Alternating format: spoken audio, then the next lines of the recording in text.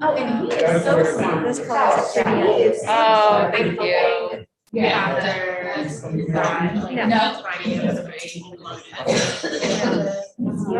This is taking on. Yeah. I mean, even in my room, it was like, I realized he was one of those kids that didn't necessarily have to look like he was paying attention and he knew what was going on. Okay, but here's your position. But, Is his parents found that location? my worry with Parents directed FBI to the location where some part of the belonging to Brian were found. They haven't been searching. How's everything going with you? And it were moving along. That's it. That's just it. I'm just very unexpected. Yeah, maybe very. And not feeling like I had to have. Every time you think you're like, I know. the surface is something else. But,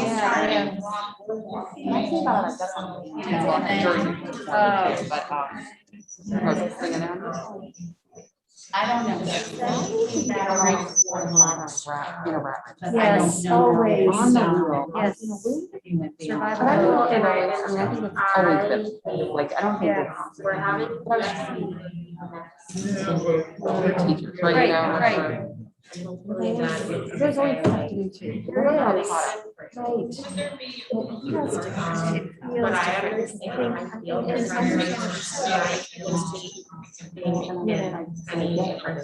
Right. But how much before you don't know anything about it?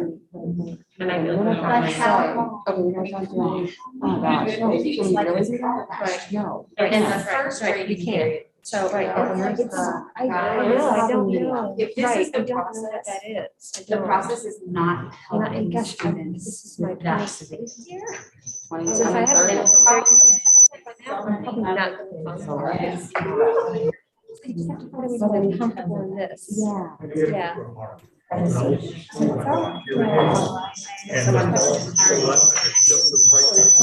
to know. I feel like I don't feel like I have it. I've never known that it made me any different. I know what you're thinking, probably, but I think that's, I think that's the thing for a lot of Yeah. us. Agreed. But I'm like, where is it? My day is over. Right. I'm not. My grandsons, because now my daughter will meet me in the evening and I'm like, I'm freaked out, right? And so I've got them from when I get home till 9 o'clock, and what am I gonna do? That's it, right? And of course, so he gets their credit for me, so that's how that is. Yeah, it is. It happened to me Monday night. What was Tuesday? So I came in Tuesday morning, straining, what did I want to say? Well, and because I had planned to do it that night. I had to do it at night, but she needed me to work it. Of course, done. So he's giving me a little bit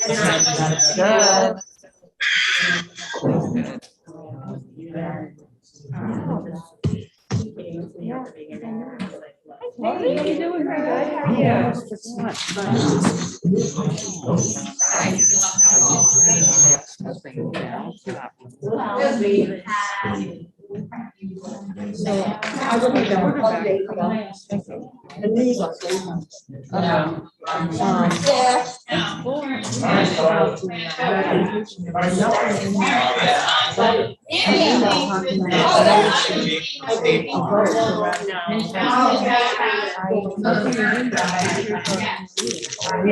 done. This one. Oh. I know this too. This is it, right? Yeah. Right? Is this the one, right? I did the same thing, and then they made me move to it. I'm giving you. Okay.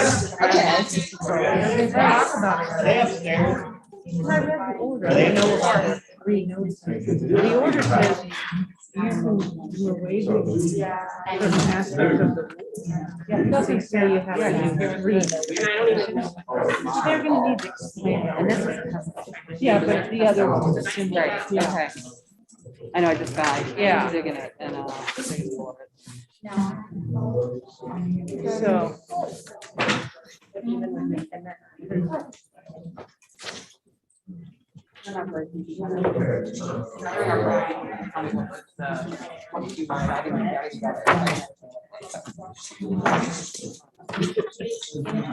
Some intel in there about.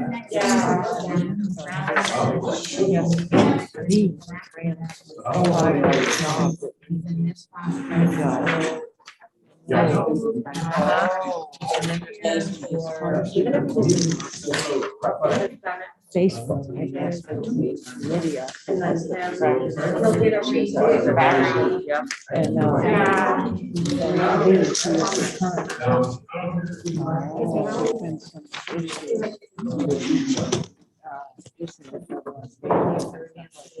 I like that. Yeah. Joanne. Yes. LS against Joanne. And so there was this faction. I guess that's what they. Right.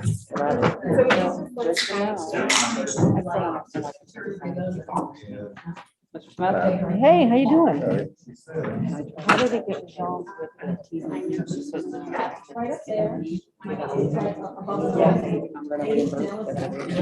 That'll stop. Yeah. I know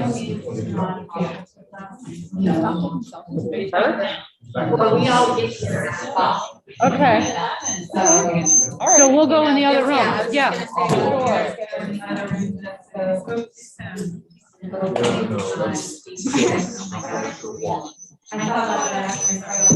No, that's fine. You're ready tonight, right? You know your stuff, right? You can do it. Somewhere back there, September.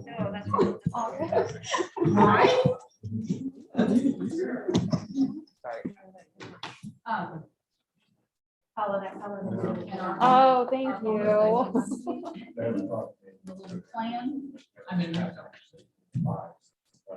these aren't on my end.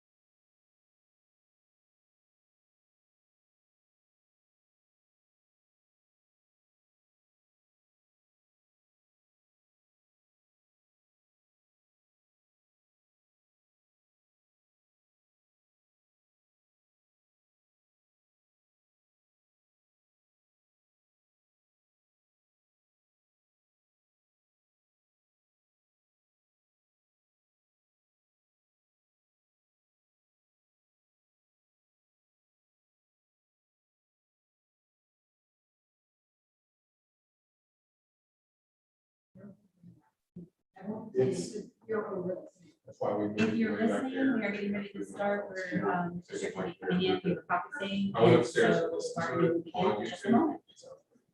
I mean, it's in a big room. You're not gonna beat that. Once we start making it sound different.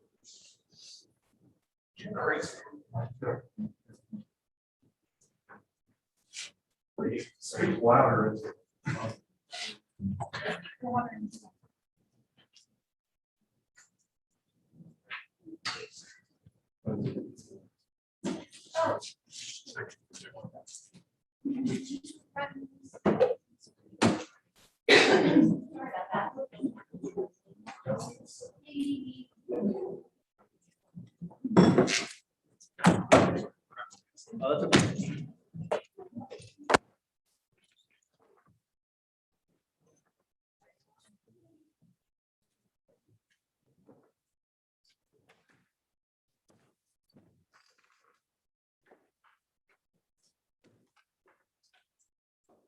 Hi, Nancy. Hi, Lindsay. Hello. Okay.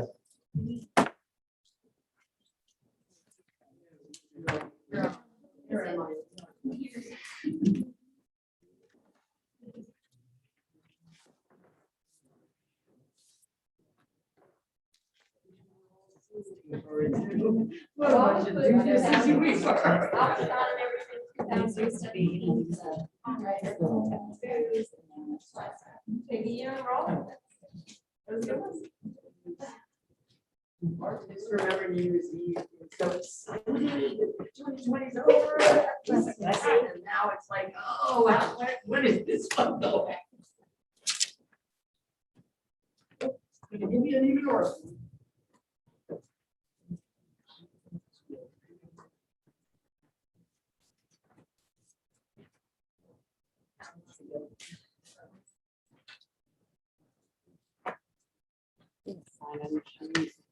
Jody, do I have one? Again, sending those schedules You're after gonna that have to point was this right a load of them. Yes. Yeah, I don't know why, last year it seemed that it was so much, that we got more. Yeah. Sent to us as well. This year we got very. Oh, did you bring the So thank computer you so much. set? I did. Really Okay. appreciate it.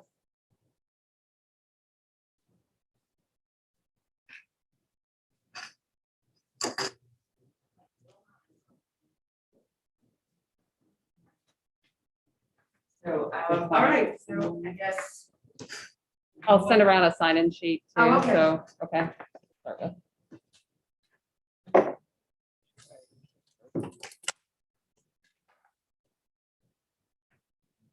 Yeah, I guess we can start. I guess we can That start. date was 12, October 12. Oh, and,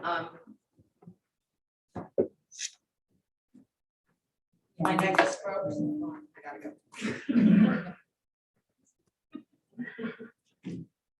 I'm missing a piece of jewelry on it.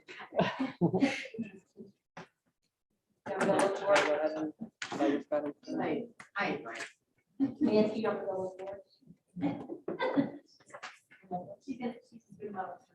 Yeah, just keep going. Push through because I'm a trooper. I mean, I think you have to go. And the microphone is like right in front of Nancy's face, so I can't even kind of think. Got it caught on the desk. Maybe that's a good thing. Exactly. Beads everywhere. I'm like, I've done oh, that. that's not. gonna So fit we want to together. propose. Yeah, right. Yeah, we want to start talking about that. Yep. So Nancy, if you, are we ready? Can we go? Sure. Sorry, okay, sorry. So I know, a couple days ago we met, you had, proposed to us, some language for the evaluations. I know, I think most people have been here since for the last several times that we've been having discussions and so forth, but just kind of recap and so forth and moving forward. You know, that was, something I know that that did come up during the appraisal advisory committee at the, that was in August. I don't remember the date. They all blend together. And where we did have those conversations or topics. Is this the same as what you gave us the other day? Yes. Yes, Okay. you just removed that part where it said about COVID, because we said, oh, that's it belong there. Okay, I I just, added the effective date. like, Okay. the date might have just didn't know if it was the same or not, trying to cut down on my paper, so, okay. Saw that, yeah. So anyway, when we had met in, earlier in August, it was a topic that came up and hey, are we going to talk about the evaluation system this year? And at that point, and a lot of you were there, I think, shake your heads. I think many of you were in that room. We had again restated that the language in our contract is the language in our contract. And, we were bound to that because whatever we had done last year was, did sunset at the end of last year, just kind of recapping. This is not news to anybody. And then we had come back to our starting our negotiations and our bargaining and so forth. And, the evaluations were one thing. We knew the COVID pay was one thing. We knew salaries. Those were those 3 items. And at that point, right, decision was made to continue to work on the MOU and the COVID pay and going back and forth and doing that. I love your math there, Janet. I had to do a double take. I was like, that caught me, so awesome. And so, now we're back. We have the COVID pay that we have the MOU. I know we're working on that, the ratification for that. I know the other day brought to us a proposal for the evaluation. So we do have a counter for that. I will also, we also do, I know, I'm going to continue because of the 3 things we talked about before.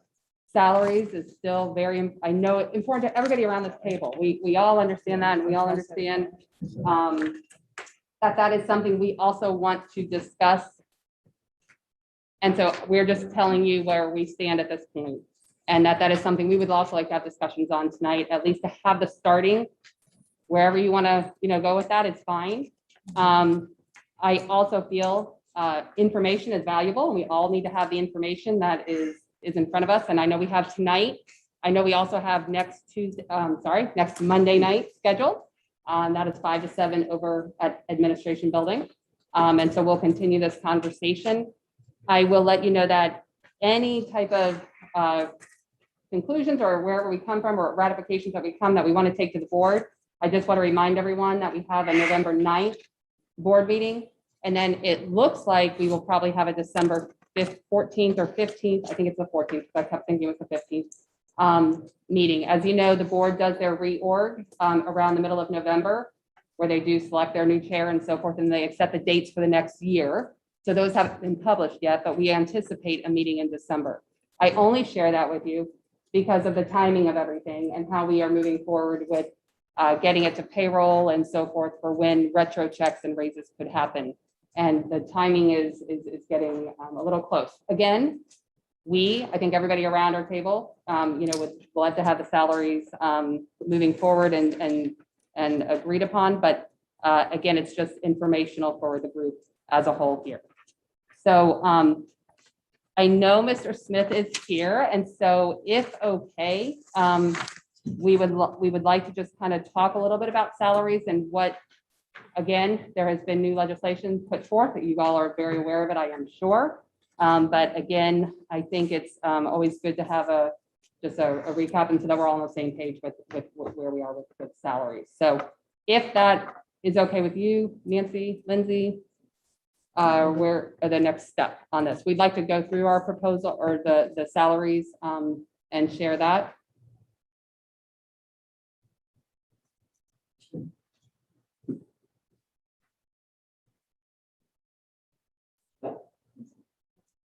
Yeah, I would just start Oh, talking. okay. I'm sorry. Okay. That's okay. That's okay. So our proposal is a 3.25% increase in salaries this year, which amounts to about $11.6 million. That's not including fringe. Fringe would be, of course, on top of that. So it'll bring it to closer to $14 million total. You are gonna have to speak up. So that would be bring it to a total of $14 million, including fringe. So it's about $11.6 million what we have for salary. And as Paula mentioned, the statute changed this year, which kind of guides how the salaries have to be distributed based upon the new statutory language. And so I created a spreadsheet here to illustrate what has to happen for that. So whatever the grandfather amount it happens to be, the performance highly effective has to be 125% of that. And then yes, ma'am. Can I ask a question? Sure. There is an air thing Yeah. in the back and it's very difficult for me to hear. And I actually have very good hearing and you're talking very rapidly fast. So Oh, I know we're sorry. anxious. to cover Yeah, some let's shut things that and off. cover some ground. But I'm gonna ask, can we talk louder, use the teacher's projected voice, and a little bit Mr. Smith? slower pace? Absolutely. That's a New York thing. I'm terribly Yeah, sorry. okay, So, thank you. I you know, appreciate it, because we can cover some really fast ground, we can talk really, really fast, we can Well- get some information out there, we can really make decisions about. So being the youngest of 7 children, if I didn't speak fast, I didn't get a chance to say anything. So I will speak more slowly. So to begin again, we're offering a 3.25% salary increase this year, which amounts to about $11.6 million in total salary increase for the teachers here, PCTA. On top of that, of course, would be fringe. So that would bring it up to about 14 million, just a little under $14 million would be the total salary increase. And as I mentioned, as Paula mentioned, the statute changed in this fiscal year as of July 1st as to how salaries have to be allocated based upon performance and grandfather. So whatever our largest increase is on the grandfathered schedule, the performance highly effective increase has to be 125% of that. And then whatever then that drives what the effective rate is, that must be between 50 and 75% of the highly effective. That increase has to be that. So if you look at the spreadsheet that I've passed out to you, again, $11.6 million would be the total increase, and how that would be distributed is if we identified a grandfathered salary increase of $1,495, which would be on top of the referendum that went up this year by $144. That would be in addition to the referendum. Then the performance highly effective would have to be 125% of that, or $1,868.75. Everybody with me on that? Okay. Then, so therefore, the performance would have to be then between 50 and 75% of that. We traditionally do 75%. So that would drive that number to be $1,401.56. The cost of living adjustment for those who are needs improvement or unsatisfactory would have to be, can be no more than, or has to be less than 50% of the effective. So in this case, and what we've always done is we've used 49% for that factor. We always made that 49% of whatever the effective rate happens to be. So in this case, it would make that $686.77. The next wrinkle is that it then also drives the starting teacher salary. Statute says that the starting teacher salary has to increase by 75% of the grandfather. So 75% of that $1,495, the starting teacher salary goes up. So right now, at the end of fiscal year 2021, our starting teacher salary was $47,500, right? So if we just took 100, if we took what our starting teacher salary would have to go up, which would be 75% of the grandfather, that would amount to 1,000. If you look towards the bottom, that would amount to $1,121.25 as an increase. And then on top of that, the referendum gets layered, because that's always, added to the salary without The respect to what the referendum raise. increase. Referendum increase. Yeah. So that would make the starting teacher salary $48,765.25. So based upon the statutory language, we have very little latitude as to how this salary, it has to be the way I've just described it. Right, the base. Exactly. So But there, it does, the statutory language does not say anything about doing something in addition to even out the numbers, because the veteran teachers are not going to get a lower raise than the beginning. So I'm not sure what you mean by evening out the numbers. By using supplements, Brian, this And is your, longevity, we laid the longevity proposal on the table as well, all those weeks ago, to look at longevity pay for some of our veteran teachers. right, when this law first passed, I called, I was on the phone, we were on the phone, this was way back when it passed in June, I believe, and I said, from now, I'm telling you, we need to come up with something, just like other counties are doing, so that our veteran teachers do not get a lower raise than our beginning teachers, and that PCTA will not approve a raise that is not equitable. Well, in this case, they would not get a raise that's lower than the beginning teacher.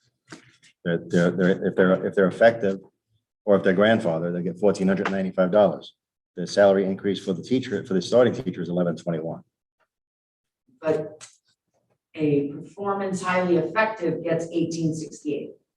And that would be an existing employee. That would be not a new hire. I didn't say new hire. I said annual contract teachers as compared to veteran. But that's what the law teachers. says. And I will- understand, But the law does not preclude us from taking care of our veteran teachers. And I That's wanna what I'm make- saying is we're going to need to follow the law and then do something in addition so that we are doing the right thing. I So I don't believe the law allows us to do that. Yeah, it does. I We disagree. disagree with that, and we don't want to go down that road where we're circumventing the statutory language. It's being done all over the state. Well, And I'm pretty sure the Florida state law is the same for every county. right, it Well, is, And I but also want to clarify something here too, that someone who is on a performance salary schedule does not equal a newer teacher. We have a veteran teacher of 30 years could very well be on the performance salary schedule. So let it just kind of. It's rare. I mean, how well, many? we do, It but- started, right. it Correct, started in but- 2011, so it's basically. No, but I'm saying there somebody- are some people who left and came back and might be on this. or that have No, switched. or There's people that have made the switched. switch, and there have been people Yeah. that have switched over to the performance That's schedule. actually, thank you for bringing that up. Do we have, or do y'all have the numbers of, right now, we're working on the data that I have from September 7th. In terms of our unit, I have grandfather teachers at 3,430 and performance at, performance days at, 3,800. Those numbers may not be updated. Do you have those numbers? I don't No, I have don't have them available now. We can certainly, I'm not going to argue with what you've got looking at in front of you. I don't know what you're looking I at. mean, it's really not that, it's just I'm trying to understand, and it may have changed since then slightly, but. Sure, if could be, that's but we can get something that. If we could get those, because what I have that Sure. shows, what I have though doesn't show, and this would inform our understanding of this, is the effective and the number of effective and highly effective. Within And that. so if those of us that were at data working group, it was, we had just received our VAM and our scores. And so that was in there. So we do have that and we can send that over to you. Percentages. Yep. We can get that point. And I'm sorry, may I, Kevin, do you mind my clarifying? And I apologize that I missed this. That's okay. I know when we were looking at COLA for NI and U teachers, Mm-hmm. you said it must be less than 50% effective. You said 49% was the number that you landed on, Correct. what percentage you landed on for that? Okay. Yep. How about for? And I say that, Lindsay, because that's the number we've used traditionally in the past. We always use 40%. Thank you. I just wanted to make sure I written down that correctly, or written that down Sure. correctly. How about the performance effective? Must be, I know it must be between 50 and 75%. We use 75%, Use it. and we always have, yes. Gotcha. Okay, gotcha. Thank you. I You're need to welcome. just need to clarify that. Oh, I'm sorry. one more question, Sure. Sorry. You might want to say that Sorry. if something were to be What is, considered that number. I know you did the distinction between the 11.6 figure and the 14.6. So the 14.6 would include fringe. What percentage do we work with in terms I don't have the percentage off the top of my head, but it's roughly about 18.2, 18.3%, I think it is, because that would include FICA, Okay. Medicaid, I'm sorry, Medicare, as well as Florida retirement. Okay, so about 18. Yeah, I'll give you an exact number, I'll send it to you, but I remember FRS went up again this year. Yeah. Went up last year, cost us about $8 million as a district. This year it costs us about another $4 million on top of what we're currently paying. So they keep eking it up a little bit each year. Okay. I remember, just for your information, Lindsay, I'm not sure, you weren't here at the time, but the board also picked up the entire cost of the health insurance increase this year Yes. as well, which was about $9 million, actually 9.4. Sorry, It was back in the late. Most of which will be paid back by ESSER. I'm sorry. The I'm ESSER not funds sure. will pick that up. It's possible. I mean, those applications still haven't come out Not the yet. whole 9 million, but anything that is related to COVID. It won't be the whole 9 million. It will not There'll be be the some whole part 9 of it, million. but even that, it has to be, just to talk about ESSER funds for a moment. ESSER 2 is available. We got the application for that. We submitted the application for that. It's still under review. They could kick some stuff back from that. And the American Rescue Plan, the governor and the state just submitted that plan to the feds last Thursday. So that's, so all of those funding sources are still somewhat nebulous at this point. Right, but they will be coming, and I do know that in many counties, the ESSER funds are picking up the COVID expenses. And so you have to, COVID medical. It will. and what you've got to look at what was COVID related. Correct. So that's the number. We have a number for that, and it depends on whether they Right, accept and I'm it. sure it's not the whole 9 million, but No, it's definitely not. Kevin, do you also want to share the other I just contingency that wanted we to- had with the? Oh, yeah. Well, they don't even, Yeah. they don't. Okay, all right. They're not really arguing. No. that. So I just wanted to make That's true. sure for everybody, the team also, because I probably didn't talk about that, is what I just said, is that I had this conversation early on. And I do know that most counties are trying to work out a way to make it equitable for their employees. I think that Pinellas should join them.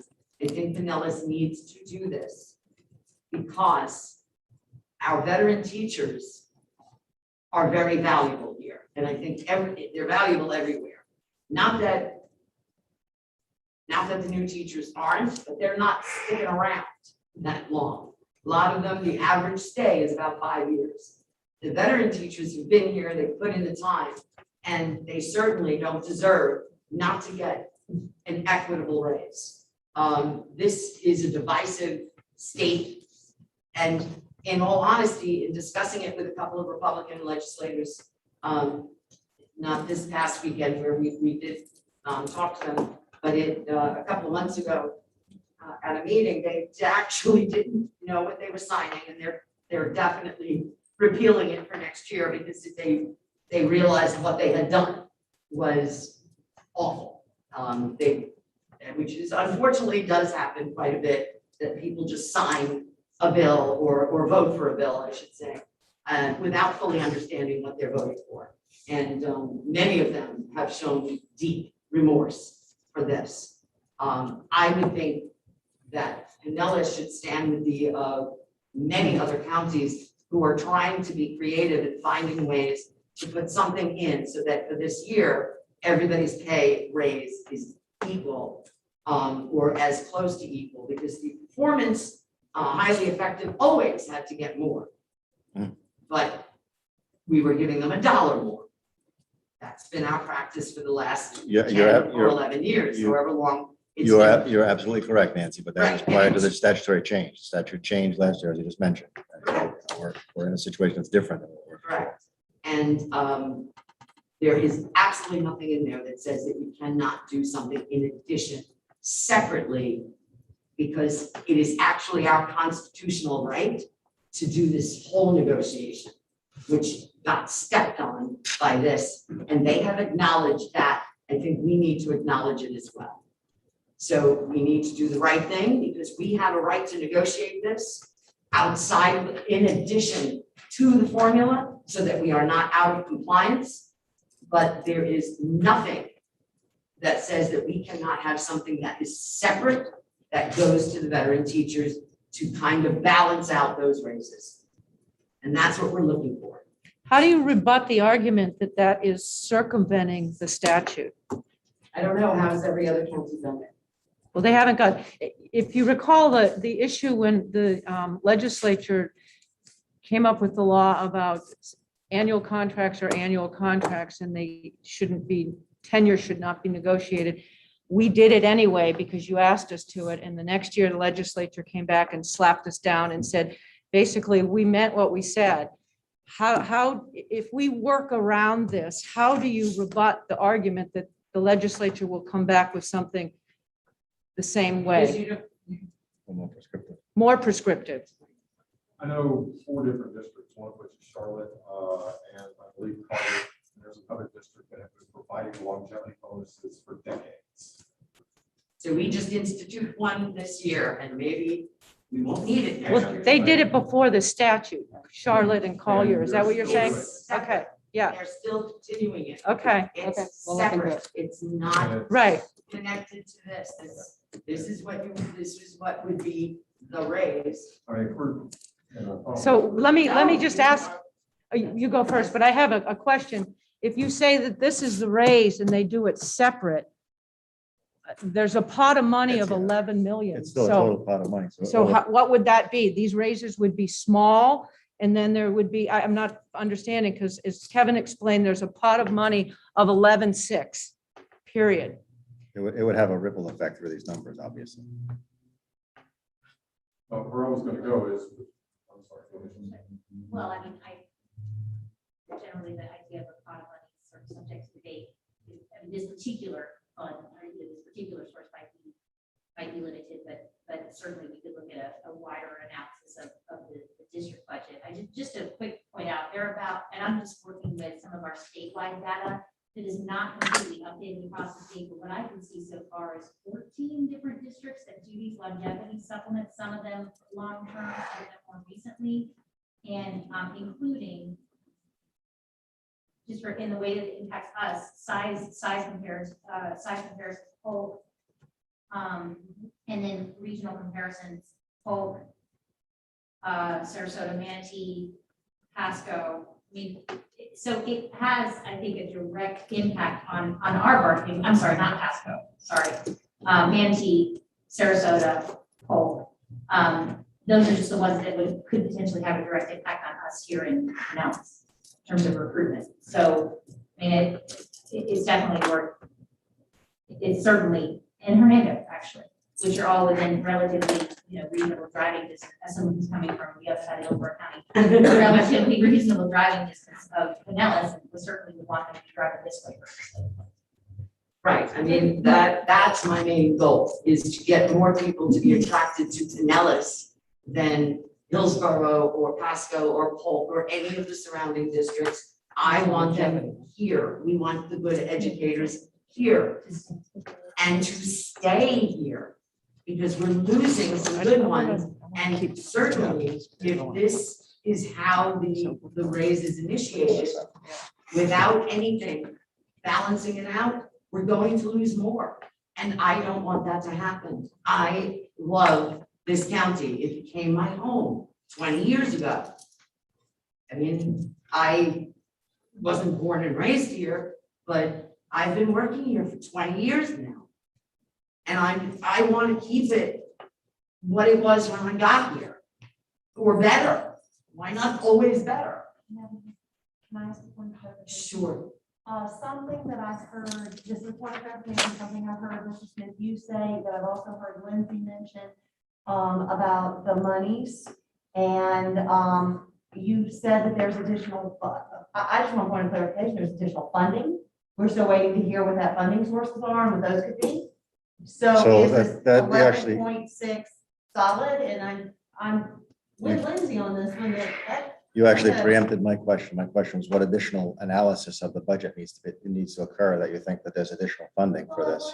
one of the concerns that I have, when I was just looking over the preliminary budget, is that if you track, for example, if you track the projection for the general fund, Mhm. even if you take into account something that is discretionary, subject to school board policies, this idea that we're setting aside 5% for the fund, that's our minimum, versus state requirements is 3%.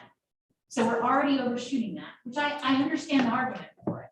But this year, the budget for the reserve is not, I'm sorry, I'm saying general fund, but I mean the reserve. The budget to allocate to the reserve is close to 10%. And that's a huge increase. That's mainly because there's a reserve resulting from the CARES to ESSER 2 funding. So remember, ESSER 2 is a 2-year allocation of funding, Sure. right? And it was roughly $85 million. And originally, back in May, the state sent us notification saying you could use $39 million of that in advance, about $5 million that belongs to charter schools. And you could reimburse yourself for expenditures that you incurred over the course of the last couple of fiscal years as it relates to COVID, which we did. We established that reserve. That reserve is going to serve to minimize any what we refer to as a cliff at the end of that 2-year period, because what's going to happen is we're going to have services added, we're going to have expenses that we incur over the next couple of years, but that funding is going to go away, right? So at the end of 2 years, $85 million is going to be removed from our budget. No matter how you slice it, that's what's going to happen. Absent that reserve, we're going to have to cut whatever programs we have to cut. Now, a lot of that money that we're spending on ESSER, we're doing very, very thoughtfully, and we're spending it only over a 2-year period. But I know as a finance guy that there's going to be things that are going to be placed in that pot of money that are going to be sustained. And I reference back to the American Recovery and Reinvestment Act of 2009. You may not remember that, but that act, under that act, we received as a district $35 million in funding for 2 years. In addition to that, we received an additional $21.6 million from the Education Jobs Fund, right? So that was wonderful at the time, because that was back in 2009 is when that came out. That was right at the cusp of the recession. And it was great because it helped us get through that period of time. I was fairly new into budget at the time, and we were able to establish a reserve, but the reserve back then was only $25 million. So when that funding finally ended, In that fiscal year, we had a couple of kind of a double whammy. We had that money went away. In addition to that, the state had not yet recovered from the recession. So there was also a reduction in FEFP funding. We had to cut $106 million from our budget at the time. It was an 850, Nancy, remember those days? Yes, I It was do. an $850 million budget. That is a place we do not want to be in 2 years from now. You know, so you look at that money and you say, well, it's available. It's not. I mean, it's money that's available. It's there for a purpose. It's there to avoid that cliff that's going to happen. And I know it's going to happen because it did before. And we don't want to be one of those districts that winds up having to cut $60 million in budget or $100 million in budget, or in the case of us, where we were $106 million in budget in one particular fiscal year. It's a very, very difficult thing to do. It affects people's jobs. It affects services that we deliver to our students. We as a district have to be fiscally responsible to make sure we don't put ourselves in that position. We are a very highly rated district as it relates to our bonding. We have a very good fiscal record, and it's incumbent upon us to be fiduciaries of our taxpayer dollars and make sure we shield that money. And that's what that's for. And I definitely understand that, and I agree with you from a fiduciary perspective, and also from the, the fact that there's a bond rating that had an increase for, policy for increased reserve is significant, and that those are long-term costs that can be very significant. However, I think when we talk about being fiduciaries, when we compare the spending that happened or leading up to 2000, or from the legislation in 2009, and the later rest of reconciliation for $106 million, you got to differentiate between programs and people, right? Programs, the expansion of programs, certainly that can be a gift, but it doesn't mean anything if you don't have people behind it to make those programs successful and ultimately make those programs work for students. That's not a program in this district, but if you have the right people, our kids are going to be successful. So I would suggest that the investment in people versus programs, I don't think that they can necessarily So- compare. I get that dollars are dollars. So Lindsay, I don't disagree with you philosophically. I agree with that people are important, but you know, what we don't want to do is we don't want to do what Hillsborough County did for Gates Grant. We don't want to hire a bunch of people because we have a $500 million allocation and then suddenly that money goes away and we don't get rid of those people. And even more drastic than that is the fact that we have a $500 million allocation and then we have to get rid of people. You know, and that, you know, we don't want to have a reduction force. I don't think Nancy would be amenable to having to fire a bunch of teachers because we, you know, Right. we have a gigantic reduction in funding and it's going to happen. So even during the worst about the recession and what happened in 2008 and 9, and the worst thing that happened to the teacher, we had no reduction in force, even though they thought that we would have to. They were almost positive that we would have to. I can remember Ron Solana saying, absolutely, there is going to be a reduction in force, and my saying, I don't believe so. And we were able to work it out, and there was no reduction in force. But let me just clarify that, Nancy. There were But we're not reductions in saying positions. hiring a bunch of extra people, although ultimately down the road, that's always what you should do. Right now, I would say that's unrealistic anyway. We can't even fill the spots that are here, much less adding to them. We just today, we lost 2 more. One resigned and one, I think they both resigned. But the position, Yeah, both resigned. the position you don't want to find yourself I'm in. saying that I think that you are having enough of a problem trying to get all of the positions I filled. don't So disagree with you. But I'm not asking for hiring a bunch of extra people. Ultimately, down the road, if and when we are in a position to do so, then yes, the class size amendment should be honored better than it is now. But that's not something we can really handle right now because we can't fill the positions. So, and that's a reality, and that's not just happening here, it's happening everywhere. So, well, let's also, it's, all I'm saying is we need to go a little bit above and beyond to keep the ones we got. We've got to keep the ones we've got and make Pinellas the place they want to be. Right. Because if they hear that in Sarasota or Manatee, the veteran teachers, which they may be one, got the same raise as everyone else, they're gonna go there. That's where they're gonna go. And I don't want them doing that. Every time I hear another person call us and say, how do I resign? Tell me what to do. I want out. We try to talk them out of it. We don't want to see our educators go. We want to make it so that Pinellas is the place they want to be.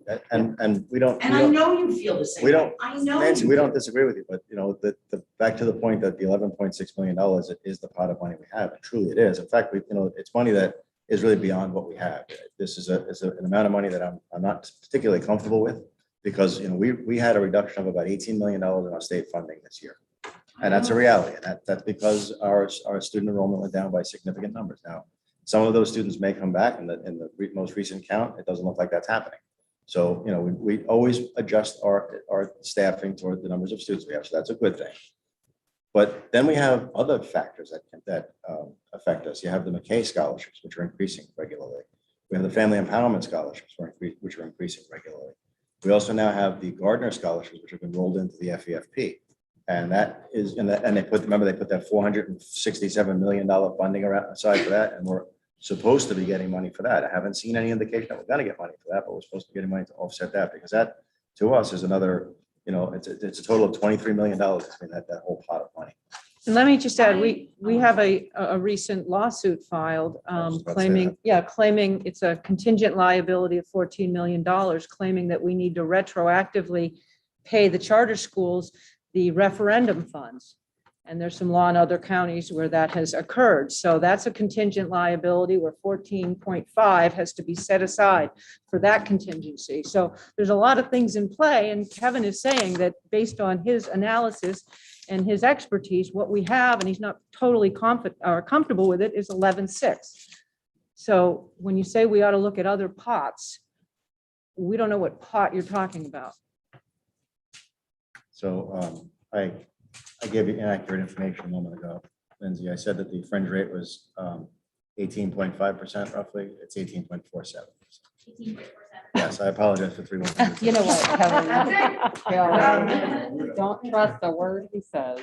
So you're welcome. He So, takes great pride I in do. being able to come up with the exact. off the top of my head. So, one thing, I just wanted this group to understand, one thing that you have to be very cautious of in any organization, especially an organization that's funded by basically taxpayer dollars or dollars that we don't control, right? We're not running a business where I go out, I can increase the number of widgets that I sell. That's not what the business we're in. We're subject to the mercy of the legislature.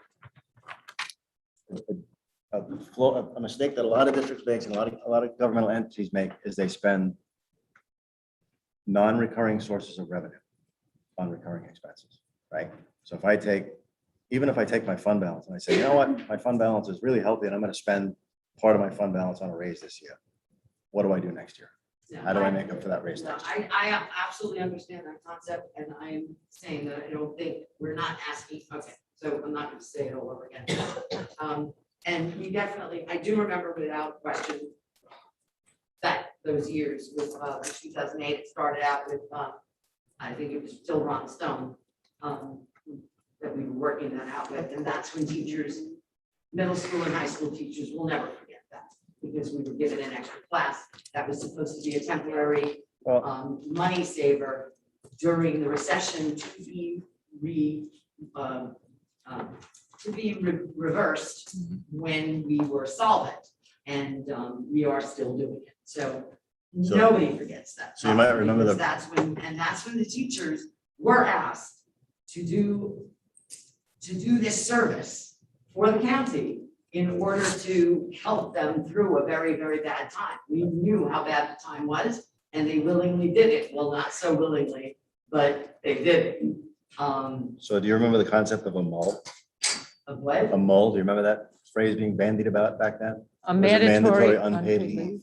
So we came this close to doing mandatory unpaid leave. Right, oh, you're right, that was what Mom said, we're definitely gonna have that, and I Yep. said, no. And we did. Because we're not, there's ways around it, if you're willing to work together to make sure everybody is getting what they need so they stay. So rather Bottom than, line is, I understand the need of being fiduciarily responsible. We run a budget, we have a budget, and our budget's way smaller than yours. And we have to be super careful about how we spend and what we use our money for. And so I get it, and I understand the concepts. I also know that you have to sometimes move things around to keep your organization alive. Because it isn't really worth anything if you have a nice, healthy budget and nobody there. And I am saying that, as I've been saying, we have a bit of an issue in Pinellas. And I want that to get better. I don't want people leaving. Now, they're not leaving, and I'll be perfectly honest, and maybe this is not gonna help my argument right now. They're not leaving because of their pay. They're leaving because of the working conditions. But if they hear somewhere else, they're getting a better treatment as far as even equal pay, everyone getting the same. If they hear that, they're gonna take their shot somewhere else and hope that the working conditions are better as well. They're gonna assume that that is the case.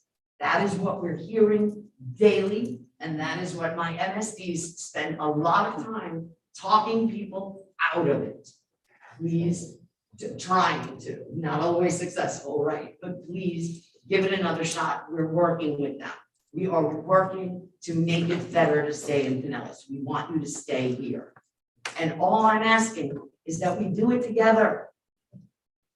Instead of pretending we don't have this issue, we need to fix it. And this is one way to do it.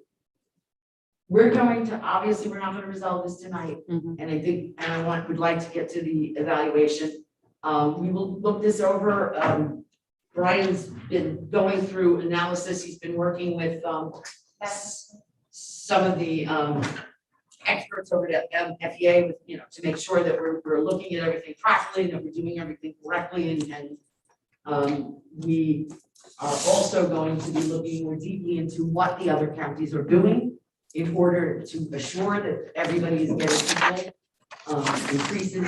So we are definitely, we're trying, and that just, we're really trying to get all of that stuff together because we want to learn how best to do it.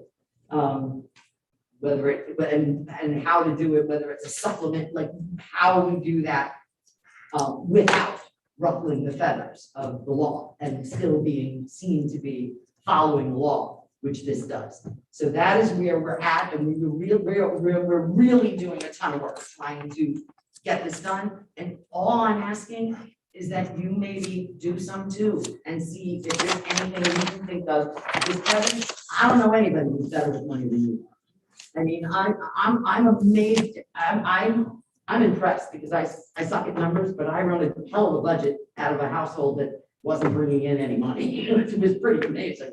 But and I know a lot of people who are great with budgets, but I don't know anybody who's better than you are at it. I mean, you're like a walking, talking calculator.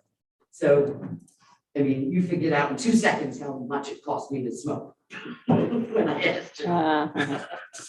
So, I mean, I'm just asking you to think about it and try to help us come up with something that will work. We're not certainly being obtuse, but our impediment is the law.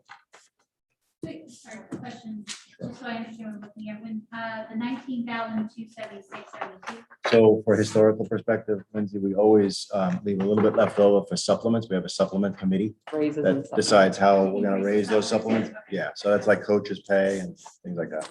Right. Gotcha. Lee, you had a question? No, I just wanted to point out a number. I did some looking at the CPI in the Bay Area. And it's going up about 2.2% a year. The last 15 years, it's like 33% increase in the cost of living in this area. There's no way in heck that my pay is even come close to keeping up with the inflation. So your name is Lee? Did you say? Yeah. Lee. So Lee, we talk about a concept of total compensation, which we always have. And really what that means is, we have several different factors that affect somebody's compensation, one of which is pay, of course, right? And that's the real money that you can spend. But then there's other factors that go on top of that. And one of those factors, and it's really rather significant, is our health insurance. Our health insurance as a district is costing us about $160 million. And we try to shield our employees as best we can from that. And so the board puts as much money as they can into that as they can afford. But really, when we look at the amount of money that's available, we look at what's available for total compensation. And some of it has to go for salaries and some of it has to go for benefits. And we're at the mercy of the legislature as to how much they give us or how little they give us, or how much they reduce us. So in reality, our total compensation has increased by about 42% over the last 10 years. And that's a fact. That's including salaries and health insurance and the ever increasing FRS increases that we incur every year. So, I mean, I know you can't spend the health insurance you have, but, we also don't want to make the choice to say, as some districts have done, you know what, we're gonna shove more money into salaries, which we advocated for, by the way, several years ago. We wanted to raise that salary and not put so much money. Nancy helped us on that.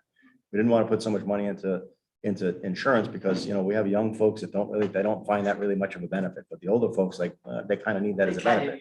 So it's kind of a balance between salaries and benefits. So really, we outpace inflation, we outpace the CPI locally based upon what our increases have been over the last 10 years. And I'm sorry. In 2005, a 24-year teacher was making $54,400. In 2019, that same teacher is making $55,008, $600 difference in 14 years in salary. That's not, I mean, yeah, I understand the compensation and so on, but I found the salary schedule and I looked it up. And it was. Progression's been an issue, a big issue. Yeah, I don't know. I'd have to look back at those salary schedules. That is, and I think to Lee's point, it's the other reason we're losing people out of Pinellas, because Pinellas is expensive.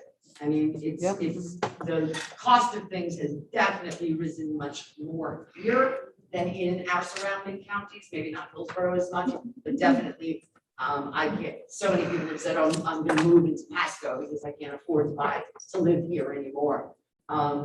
But they're still working here in Pinellas. But So inflation I is, wanna keep them here. because if inflation is a they're factor attractive, everywhere and it right, continues if to be. they're It's moving actually, out because it's getting tough to live on a teacher's salary in Pinellas, we may not be able to raise it that much to keep up with what Pinellas costs now, but we need to at least, at the very least, make sure everyone's getting the same thing.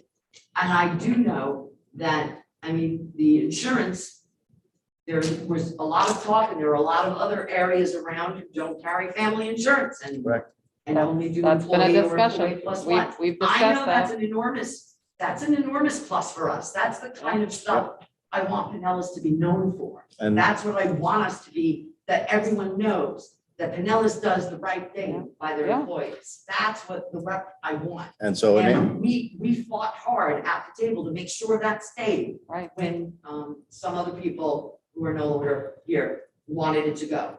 And we all worked really hard to keep that. And I do know that this year, not having an increase in the insurance, and our increases have been pretty small. Last year was a little bit of a nut, but maybe the 4 or 5 years before that were pretty darn good. And this year it's gonna be zero, no increase for everyone. So whatever raise they get, they will feel it, they'll get it, they won't see it sucked away. So I love that part. So- And I want everyone to understand So that. you actually make my point for me, and the fact that, it's total compensation, right? So the board put $9.4 million into health insurance. Now, that's $9.4 million that we couldn't put into salaries.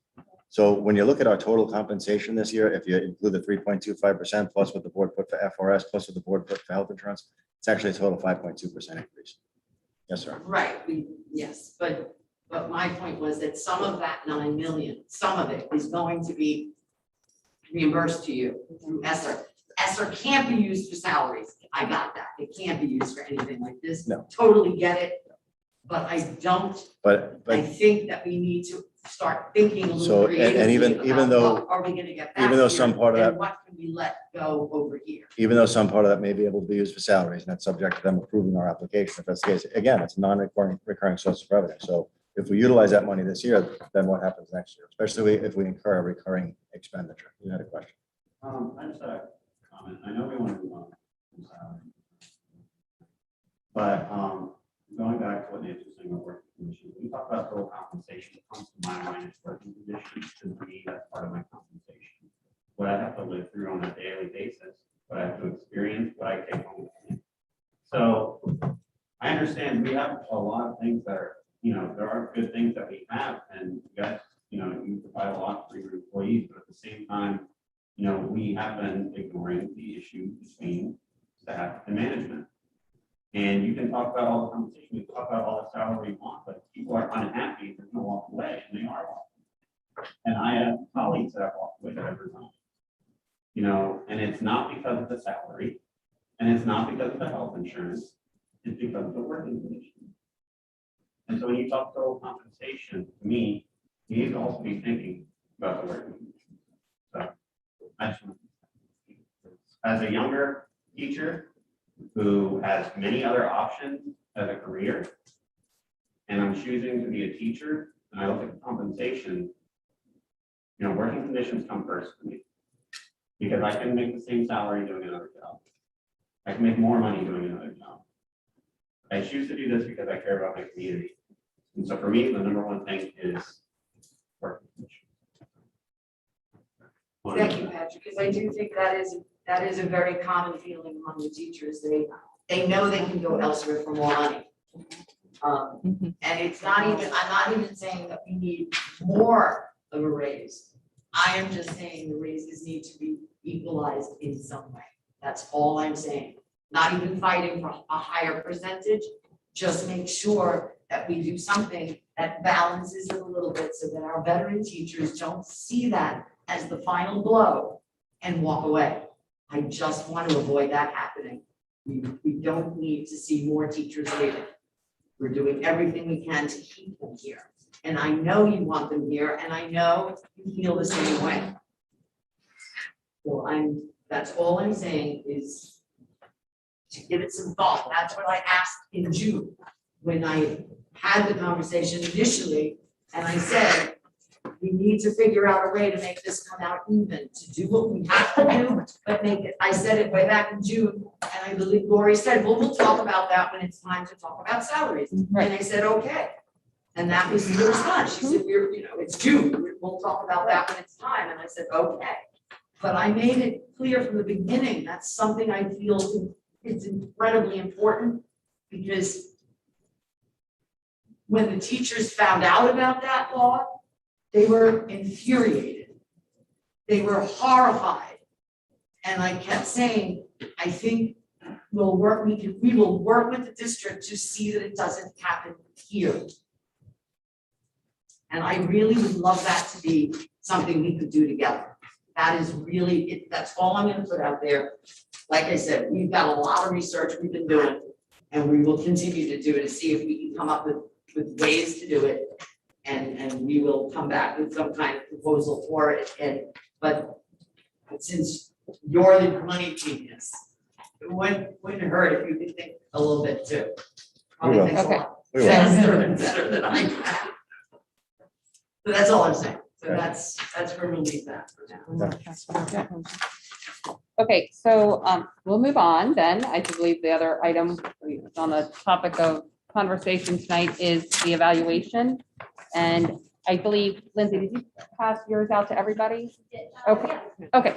So we're going to share around, I think I already have it, so I'm not gonna keep 3 copies. So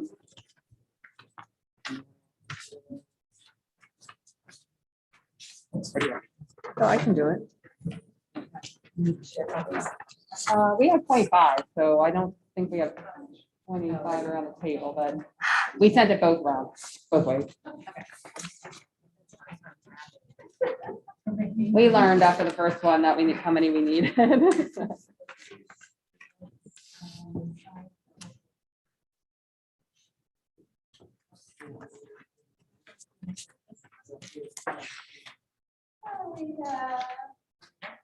You have, okay.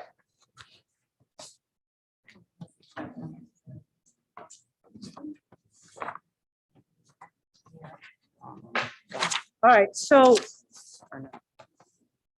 give you a minute, or I'll just start it talking and you can read as we talk about this proposal. So at the August meeting of the Appraisal Advisory Committee, some of the people asked that the deliberate practice be removed from this year and that the number of formal observations be reduced. That was in August.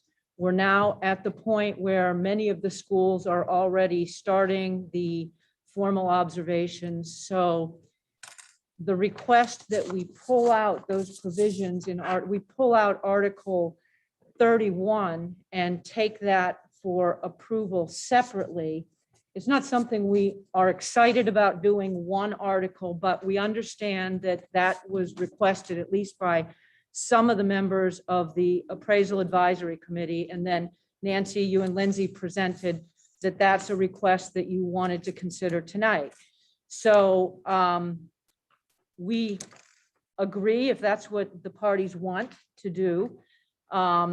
We didn't agree with the language in the proposal that you had submitted, because this really has nothing to do with COVID. It's just the request that we want to change the existing contract to reduce 3 formal observations for probationary down to 2, and reduce 2 formal observations for the other contracts down to 1, and get rid of the DPP.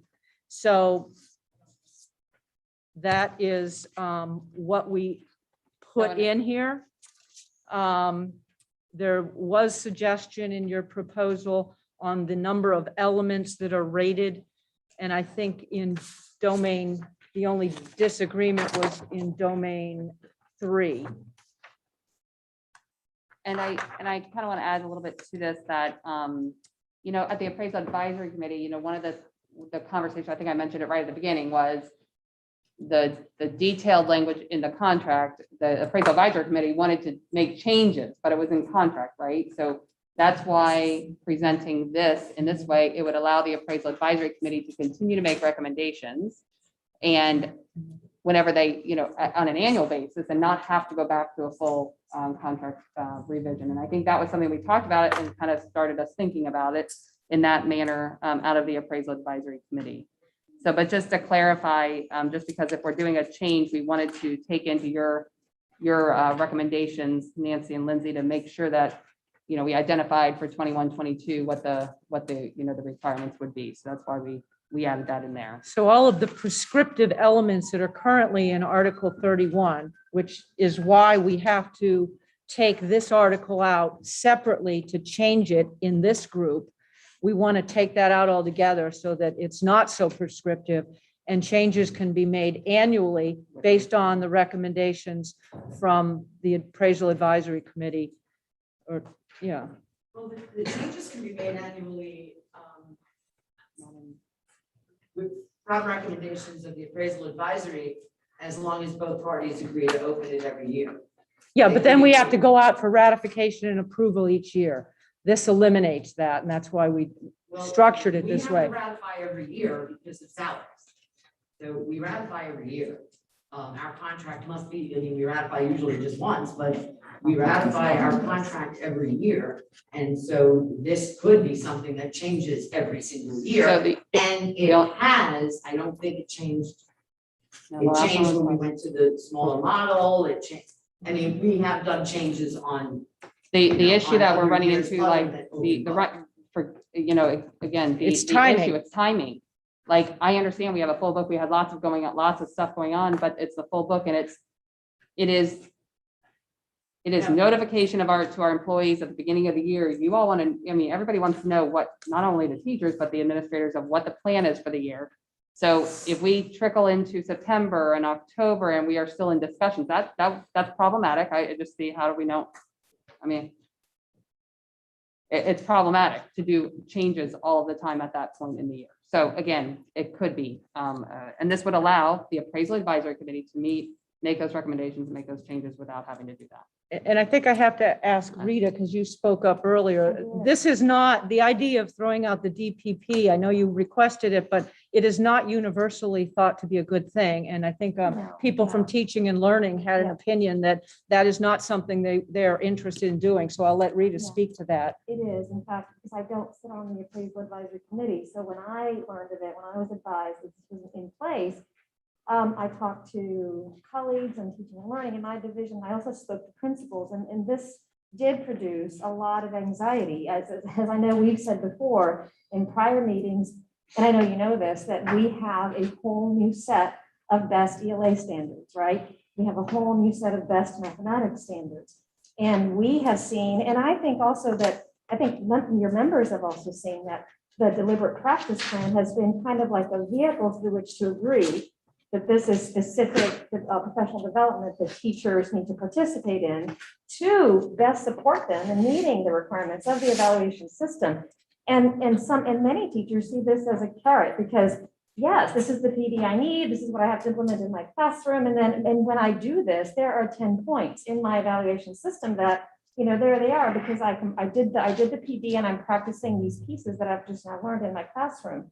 But if this is a vehicle through which, I think that someone mentioned just a minute ago, there are deadlines fast approaching, right? And some of this, the working condition stress that we have is, well, what is it gonna look like? And do we have to have our DPP plans and et cetera? So if this kind of lowers that stress on that and kind of reduces some of that anxiety, which is part of the stress of the working conditions for teachers and administrators, there's stresses on both sides regarding that, then this is a compromise that we're willing to look at, for this year. This is a compromise that we're working to look at. But we want to make clear that there is professional development, that we do have to have staff participate in, right? And they're going to be paid, and it's going to be something that's going to be beneficial in the classroom, that is going to impact their performance in the classroom. So that's the anxiety that we have about losing the DPP. But again, So I'm just trying to understand, so what this says is that we just won't be part of the final evaluation score, but you still have to do it? no, it says you don't. That's what it says. Number 3. I thought that's what I did.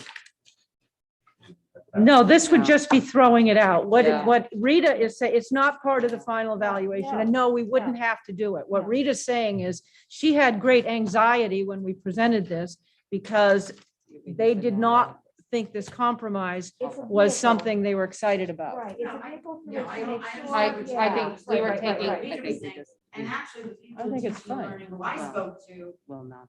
didn't really say much about the DPP, Oh, okay. but really thought the one observation was a great idea.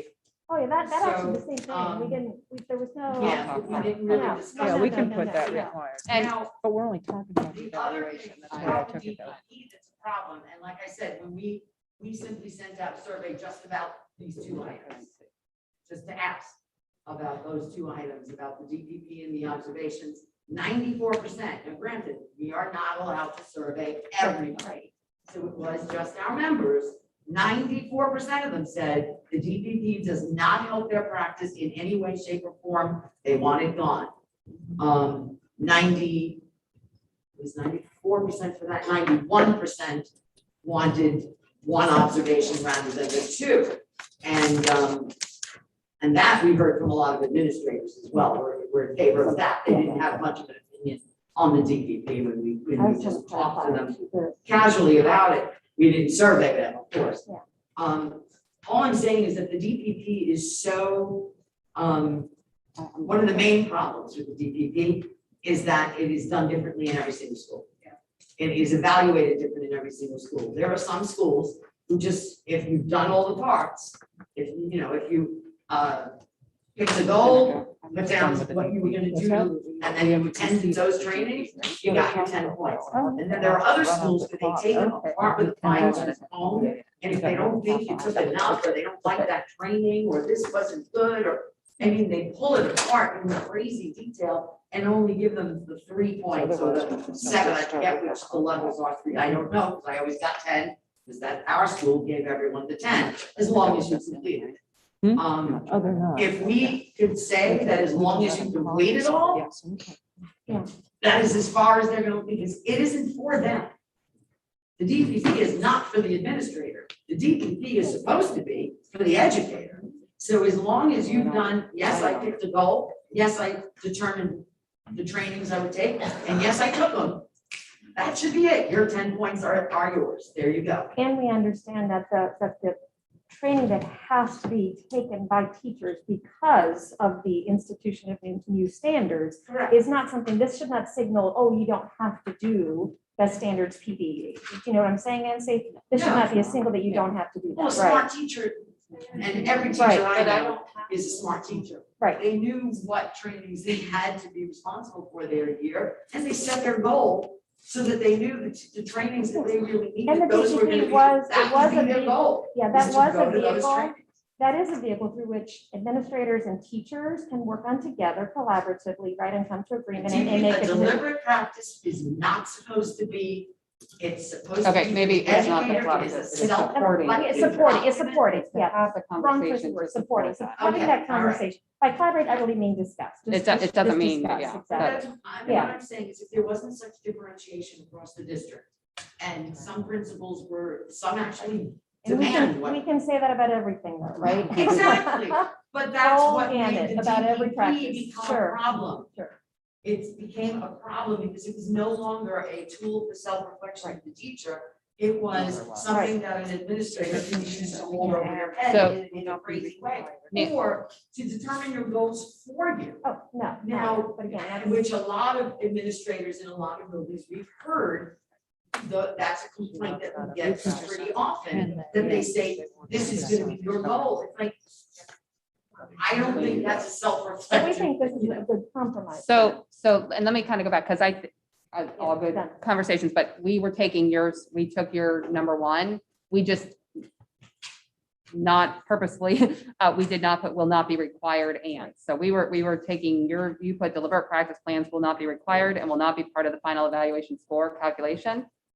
That's what we'll write that in. So we're fine. Okay. Yes, will not be required and will not be a part of the final evaluation score. Now, I'm clarifying, that is only for the 21-22 school year, 22-23. It could be back on the table, correct? I don't know how to answer that. No. I'm not. All right. Yeah, it depends. On the appraisal advisory committee. Yeah. You know, and it gives it to the appraisal advisory. committee. Okay. No, but there, well, what, yes. but We there- wanted to clarify because if people, I think and you had, I think, I'm not even sure.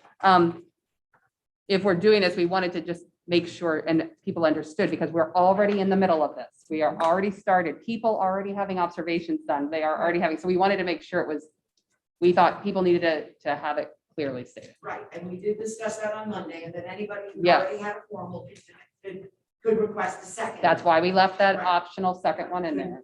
And again, can I also preface this by saying, we talked on Monday and we got your proposal, we kind of put something together. I have not conversed with the appraisal advisory committee, which I have a little bit of angst because I am about getting feedback from groups, but I think this group is a very good representative group. But I just wanted to share that because I know we're live streaming. If somebody is out there on the appraisal advisory committee going, why am I not being conversed on this and whatever. So I just wanted to put that out there and we would be okay with that if Right, the group is okay with that. so the only issue I really have here is that because this can be reopened every year, just like salaries, and because it is a mandatory subject of bargaining, I don't think that we should, we don't want, well, obviously, we don't want the complete article deleted, we just want the parts that need to be altered, because it's a mandatory subject of bargaining, and we need to. Yes, we can take that. And like I said, the appraisal advisory committee is a bonus, having the input of us working together on this with the experts and from the district. And that's cool, but it is absolutely unnecessary because it is a mandatory subject of bargaining. It So- is the role of this group to make these decisions. So Nancy, if I can just say, the first paragraph that's in here is current language. And to the extent that PERC decision stands, we have already negotiated the evaluation process. So when you say it's mandatory to negotiate it, we have negotiated it. And in our negotiations, we said the superintendent will establish procedures for evaluating the performance and will consider input from the appraisal advisory committee. That's current language. So we've already negotiated it, and we've determined that the superintendent will determine the procedures. The only thing we're pulling out are these things that are prescriptive and cause you to say, we don't want 3 formals, we don't want 2 for the non-probationary, and that's why we're pulling the whole section out. The superintendent does, by contract, have the ability to establish the procedures with the input, and that's what we can do annually, get the input, establish the procedures, but do it timely so that we're almost in November. And so we need to do that. We should have done this back in August when we had this discussion, but now we are at the end of October and appraisals are already being conducted. DPPs are due next week. So that's why our proposal is what it is. Sorry, again, I will introduce myself as the person who knows the least about what's been done in the past year, but where can you help me out and point to? You have your book. I don't. Where that, I can pull it up the here. superintendent will establish. The very first. Sure.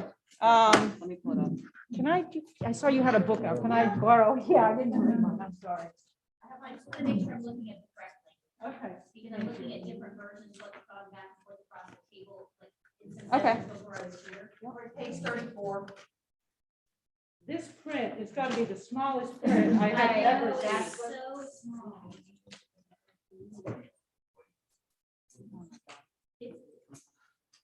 Yeah, I apologize, Yeah, it's not in our contract. Yeah, it is. Yes, it is. too. The language that I see here. On this small print book, it's on page 35. Number 1, section A, number 1, the superintendent shall establish procedures for evaluating the performance of duties and responsibilities of all teachers and will consider input from the appraisal advisory committee. So that's already in there. That's already what we've negotiated. I'm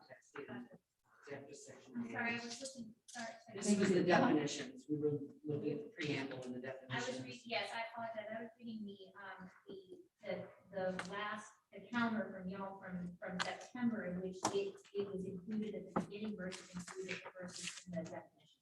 I think, well, yeah, we're gonna have to look at this because I want the preamble should stay in some of the definitions. So do you want to caucus on this? Because, I mean, this was your proposal to have these For things this year, changed.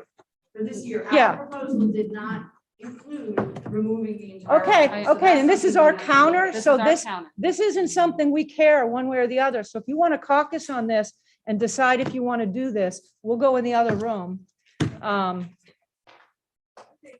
Okay. It's just, I also want to say one more thing. Because when this was negotiated, and I believe it was during, when we redid all of this, it was sometime during my presidency, it was within the last 6 years, 7 years. Yes, I'm just trying to, I never, that's it, right? And we were told at that time that it's a permissive subject of bargaining. So I believe that that is why that language was accepted. It was under a misconception that the evaluation is a permissive subject of bargaining, which is actually what you told us just the other day. And it is not. Well, We have just found out. It is Nancy, not. there's a PERC decision, okay? That is not the law. To the extent that PERC decision stands, what I'm saying is we already negotiated it. And whether you negotiated it under a misapprehension of the law is not our issue. It's in the contract. And what we've proposed, you can either accept or not. This isn't something we need to do. We have things scheduled next week for observations. So we're now almost in November and we've agreed, if that's what you want out, consider it. Okay. Okay.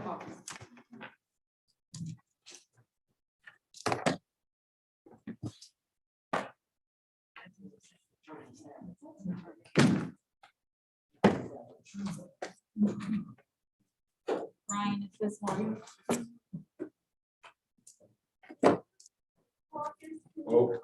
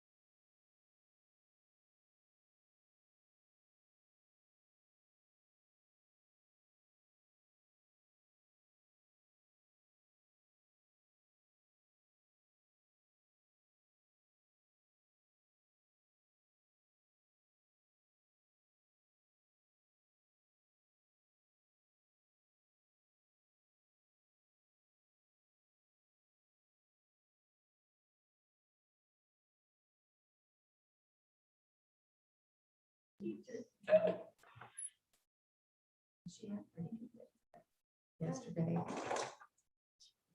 Really tired. I just took it in case I needed to send it to mom, but I had a conversation with mom. I'm so tired.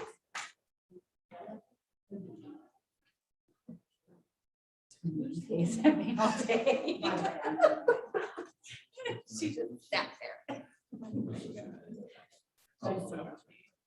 Mom said something's going on with Christopher, and so she thinks that she's mimicking Christopher.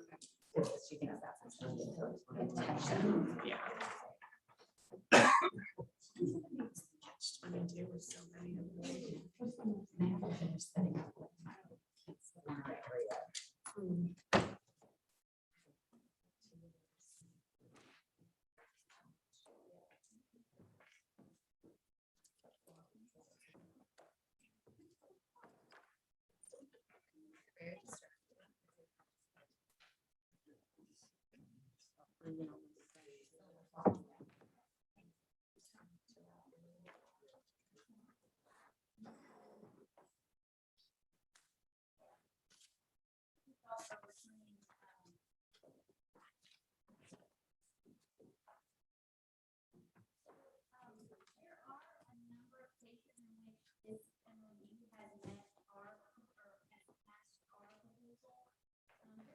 Significant, I think, small differences, some significant differences, but I think that they're largely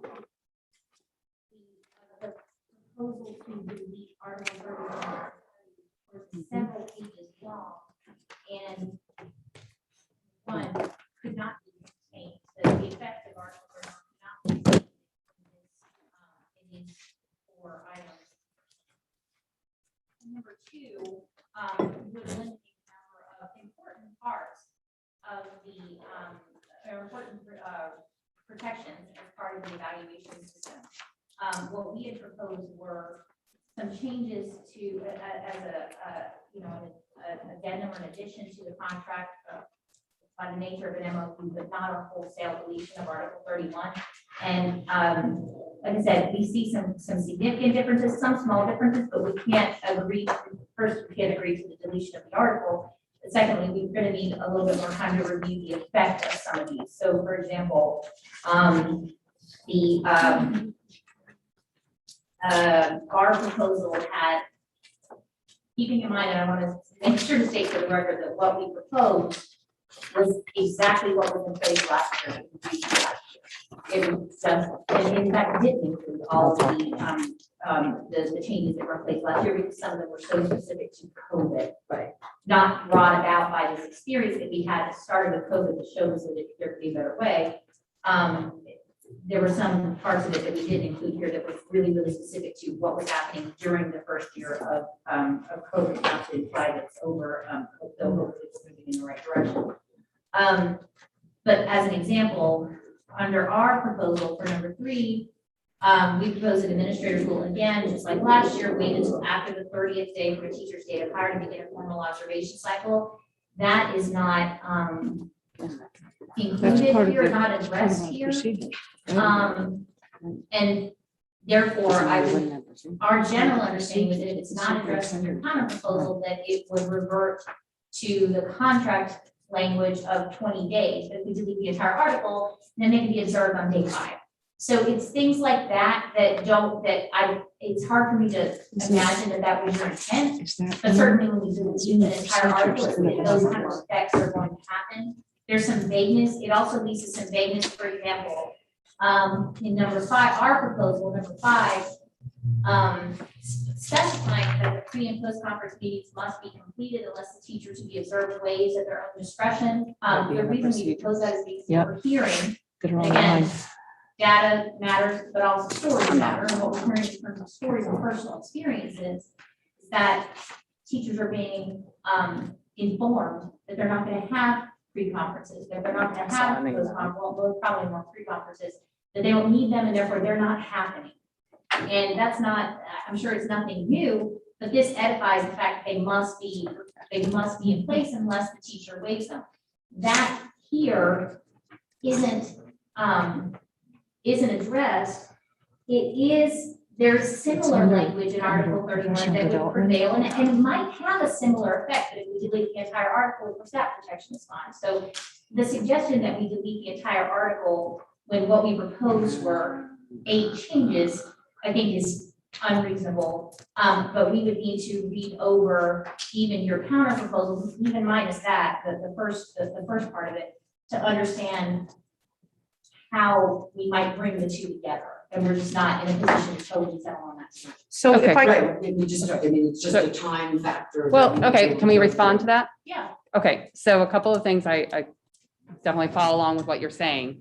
It is saying that there will be procedures that will be developed, and all of the items you just mentioned, the situation, the examples are all on the guidelines and the information, the procedures that the appraisal advisory committee worked with PD and worked all together to create. You all know the newsletters, right? There's a whole evaluation plan. So it is not saying that all those things would go away. They would be in the, I'm missing my word. so the whole system. Guidelines, The whole instructional personnel evaluation system is published. It's submitted to the state. It's on the website and it's approved by the school board. And those, what we do in PD or what they do in PD is on that. And it was approved last November after things were changed. It was submitted to the state and approved, and it's all online. And so to the extent there are changes to to that system, the statute requires that it be board approved and then resubmitted to the state. But everything is already on there, and if you need to look at that, and we can talk again on Monday to see So you're saying it's on it's on where? the system, it's on our website, and Right. this agreement says where it's published. It says, I'm sorry, the current instructional personnel evaluation system is published in the district's website under professional development. That's been approved by the board, it's been approved by the state, and it has these procedures in there. Yeah. So it's not like they're going away. Right, and it can't be approved by the board or the state until it's negotiated here at the table. So- Okay, and we disagree with that because we have agreed already that the superintendent has the procedures. Yes, Yes. and I agree with what you're saying, and it's there in black and white in the contract, but so is 5 pages of those procedures. Right, Once those right. procedures, if what the superintendent does, and the language agrees there, the superintendent will establish procedures. The superintendent has established those procedures and they are edified in contract. If those procedures are going to change, then they have to be negotiated. The ones that are in the contract, absolutely, I agree. And that is the reason we want to pull it out, because every year we're changing it.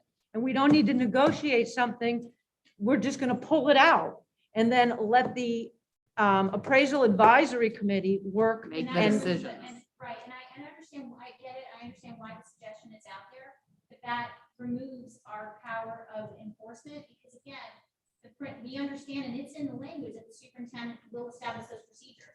But once he did, under the advisory committee or whatever, once he did that, and it's edified in contract, then they cannot be unilaterally changed unless we remove Article 31 from the contract, so we're not doing that. Okay, that's Then fine, We that's can leave fine. it.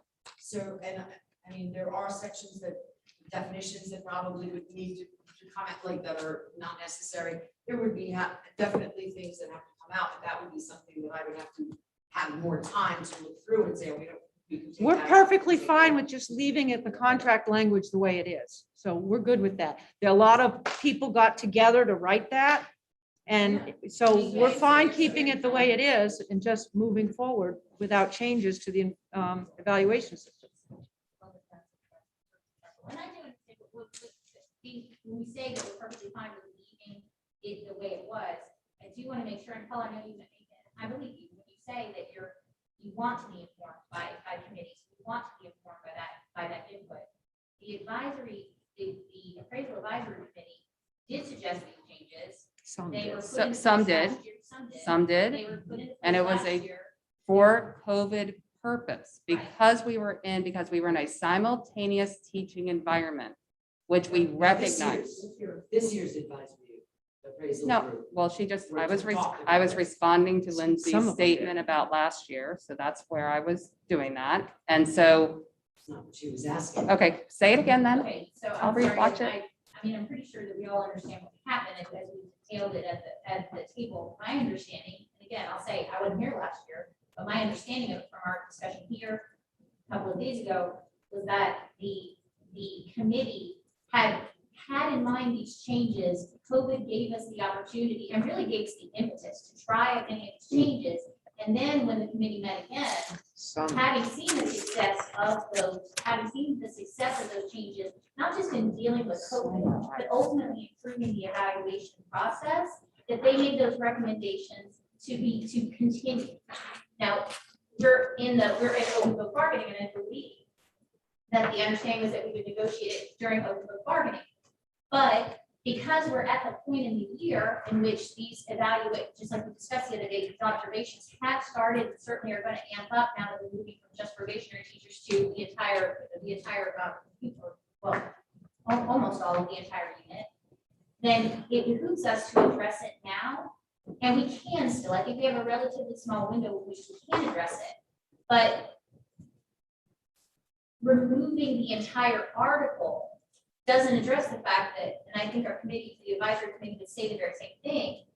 If we say, well, it's okay for not to make any changes, if we truly do want to be responsive to this ongoing input from the committee, this is what the input has been. This was not ongoing input from the committee. We met one time in August, and I will tell you the conversations that we had last year when we went into COVID situations, and I understand it was March, where we suspended all evaluations. I'd have to take myself back through the process, through the timeline, when we were in March and we suspended all evaluations. And we were not talking evaluations at that point. We were talking about how are we going to survive that challenging year that we were moving into. And at some point, we said we have to address the observations that could or may not be. This was not about what had been discussed. And I'm only speaking as a member of the Appraisal Advisory Committee.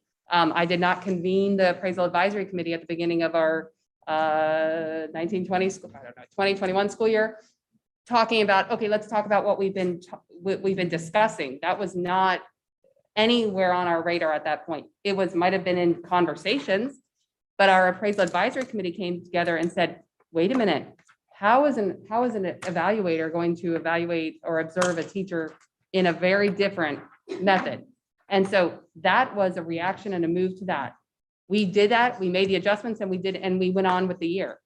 We then came back in August of this year because we needed to get back together and we had discussions, but at that, I cannot sit here and say the Appraisal Advisory Committee left that meeting with a decision being made. No. And so I don't want to portray that, and it wasn't about, and there is some people, because some people felt strongly that it should remain. But we probably didn't hear about those. They called me and talked to me after, or whatever. So again, that's why I said that right from the beginning, I said I felt a little uneasy because I hadn't brought the committee back together again. And so that's where, and I wanted to make sure that Right. that's Remember, clearly understood. When we met with the data working group, we did ask Yes, to bring back the committee. So Yes. we could, and you said, no, that we didn't need the committee to reconvene because that should take place at the bargaining table. Okay. It's the bargaining, so that's why we didn't reconvene the advisory council. I can reconvene them.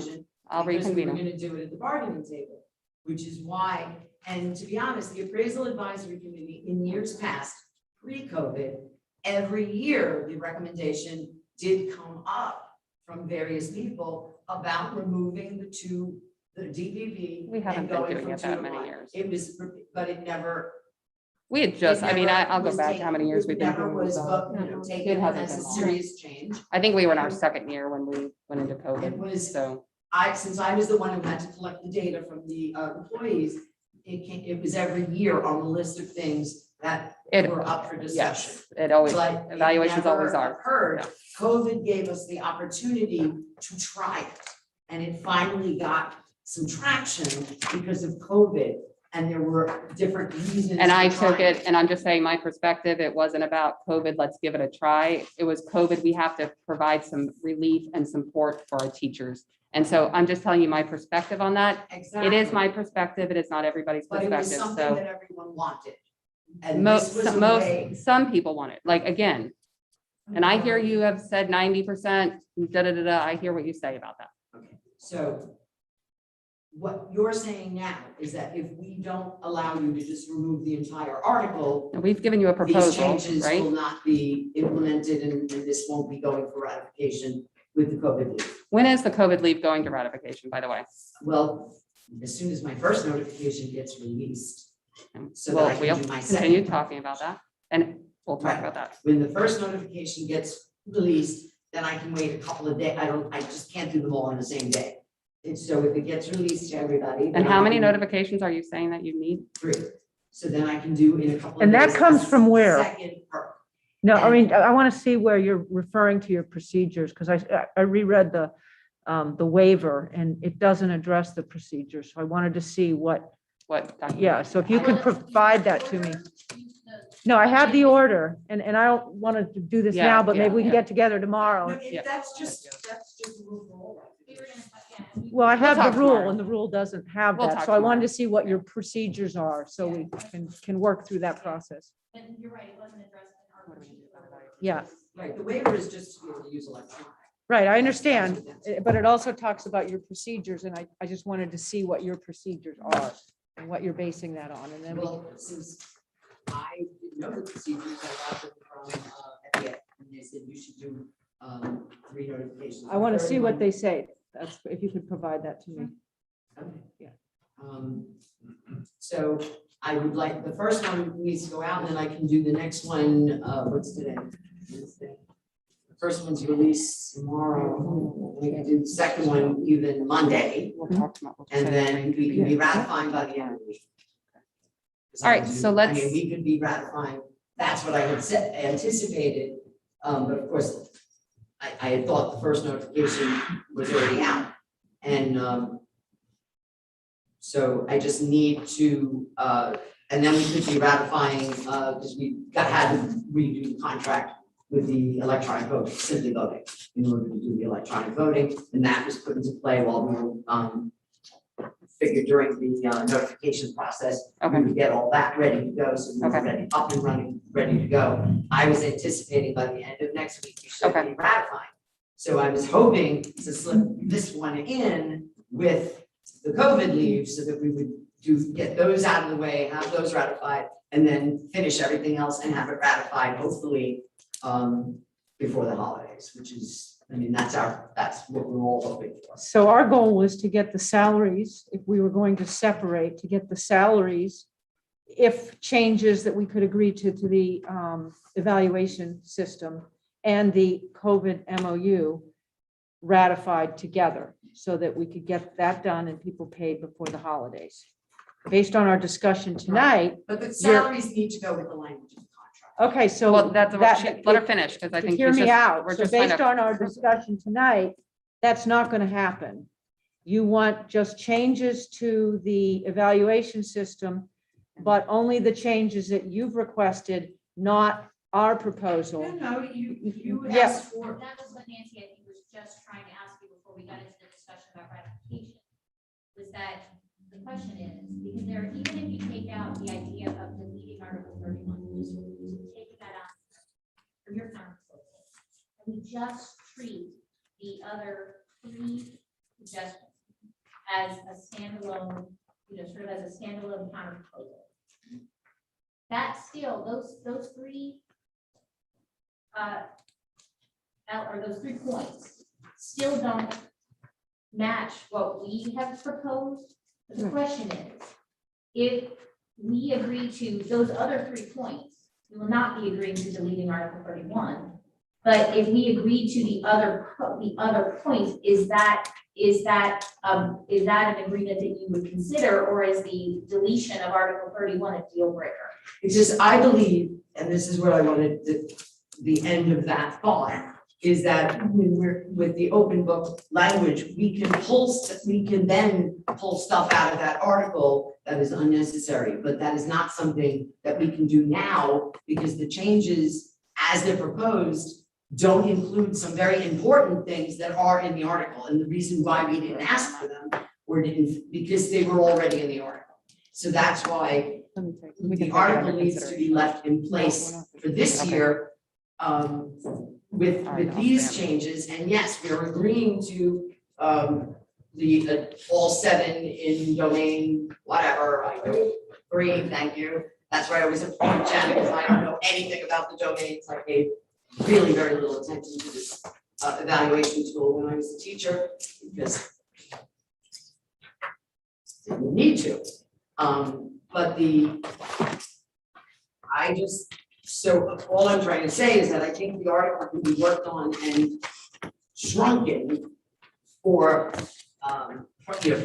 next year in the contract, in where it belongs. That working on that kind of language and removing big pieces of it, like the appeal process, those things need to stay in the contract. Because an appeal process is something that needs to be enforceable. And the only time it's enforceable is if it's in the contract. But there are other parts in here that probably don't need to be in here. So, but that is not something that I think we have the time right now to figure out. And that could be done when we're doing all the language and possibly come to a meeting of the minds on the remainder of the language. That's what I was saying. But to remove it all right now, it would be it doesn't, too many of those things need to be enforceable and will have to stay. The appeal process would have to stay in the contract. That's a part, just off the top of my head, that I know would have to stay, even though it might be on the website. I don't know if it is, but if you're saying it is, it's probably there. But the bottom line is that was a negotiated agreement. And if it's on just the website, it's not enforceable. And this is those things are mandatory subjects of bargaining, and they must stay in the contract. Okay, and we can disagree on that. Right now, they're in the contract. Our proposal that we gave you on September 7th proposed to take all of that prescriptive stuff out. Yes. And what we said when we had this discussion in August is we were not inclined to take a single article out and deal with it. We wanted to do the whole book and get that addressed. So that was our proposal then. Now you're asking us to just take out the proposal that we have made, change it, and then take it out for ratification. And that's not something that we wanted to do. Okay, so again, one discussion about the question that I asked. Did article, without the deletion of article 31, we're not doing it. Is that, are you then saying that the other suggestions, 2, 3, and 4 of your counter proposal would no longer be? Yeah, I'm saying that Correct. this is our proposal, which I understand from your conversation that you're rejecting. You're rejecting our proposal. We are certainly rejecting the first point, but if what you're saying is that the first point and the whereas the finding describing the superintendent's salary, well, no, that can stay in there. This is a contract like Yeah, that. that's But the fine. deletion of Article 31, which is detailed in point 1 of the counter proposal, if that's a deal breaker, then yes, we have to reject it. Okay. If that is it a deal breaker, Well, yes, Yeah. yes. okay. I understand. Say something really quickly. We're looking at the instructional appraisal system, and there is nothing in this website where you send us to from this that talks about the appeal process. It's the Marzano success map. It doesn't list anything but the Marzano booklet.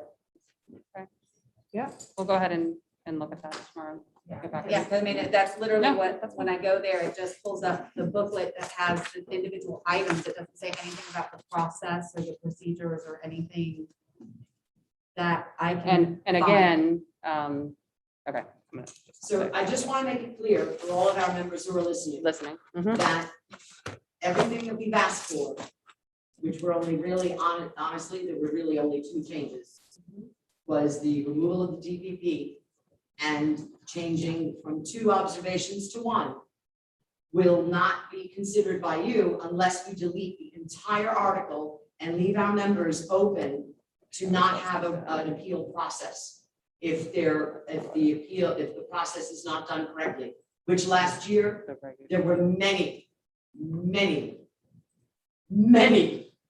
examples of the process being done incorrectly. So that appeal process is pretty precious to our members and to everyone, actually, because this contract covers everybody. So you're basically saying that we can't have the two changes we really were interested in unless we let everything else in that article go. That's what you're saying.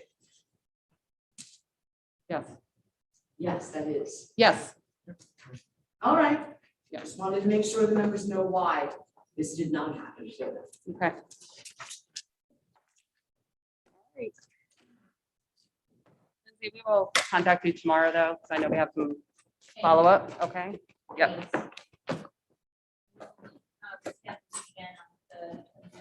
Monday? Yes.